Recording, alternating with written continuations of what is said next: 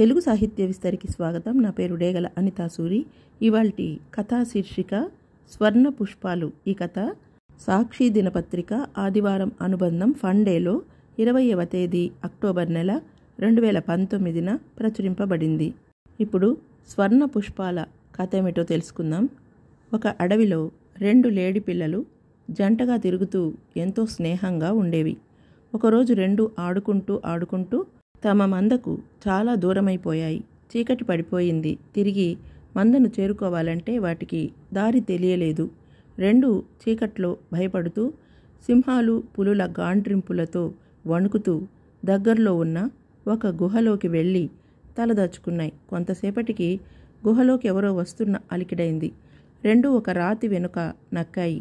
ఒక మాంత్రికుడు లోపలికి వచ్చి తన చేతిలో మెరుస్తున్న స్వర్ణ పుష్పాన్ని తెచ్చి అక్కడున్న కాళీమాత విగ్రహం ముందుంచి పూజ చేసి వెళ్ళిపోయాడు. ఉదయాన్నే జింకలు ఆ స్వర్ణ పుష్పాన్ని తీసుకుని తమ మందను చేరుకున్నాయి.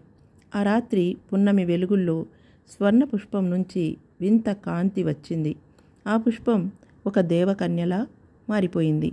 ఆమె జింకలకు తనను మాంత్రికుని నుంచి కాపాడినందుకు ధన్యవాదాలు చెప్పి వాటిని అందమైన అబ్బాయిలుగా మార్చి వెళ్ళిపోయింది.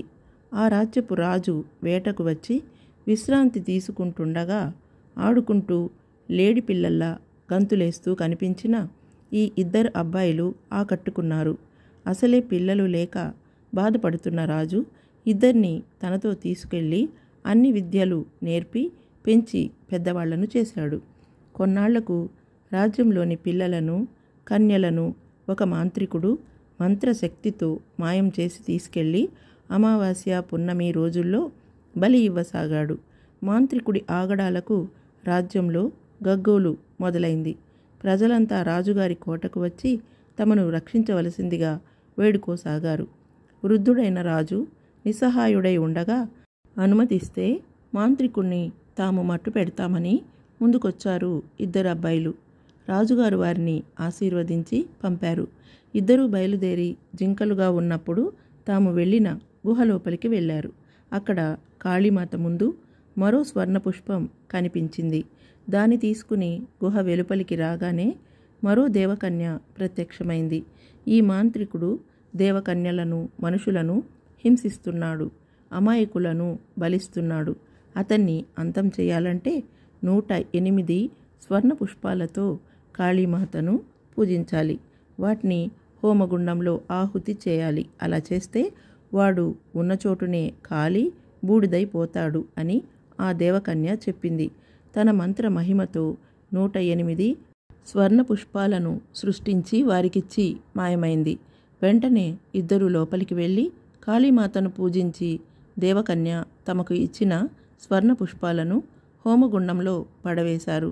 అదే సమయంలో తన శక్తుల సహాయంతో సముద్రం మీదుగా గాల్లో ఎగురుతూ వెళ్తున్న మాంత్రికుడు బూడిదై సముద్రంలోనే కలిసిపోయాడు. 2 అబ్బాయిలు సాధించిన విజయంతో రాజు ఆనందించి ఒకరిని రాజుగా మరొకరిని సర్వ సైన్యాధ్యక్షునిగా చేసి శేష జీవితం హాయిగా గడిపాడు.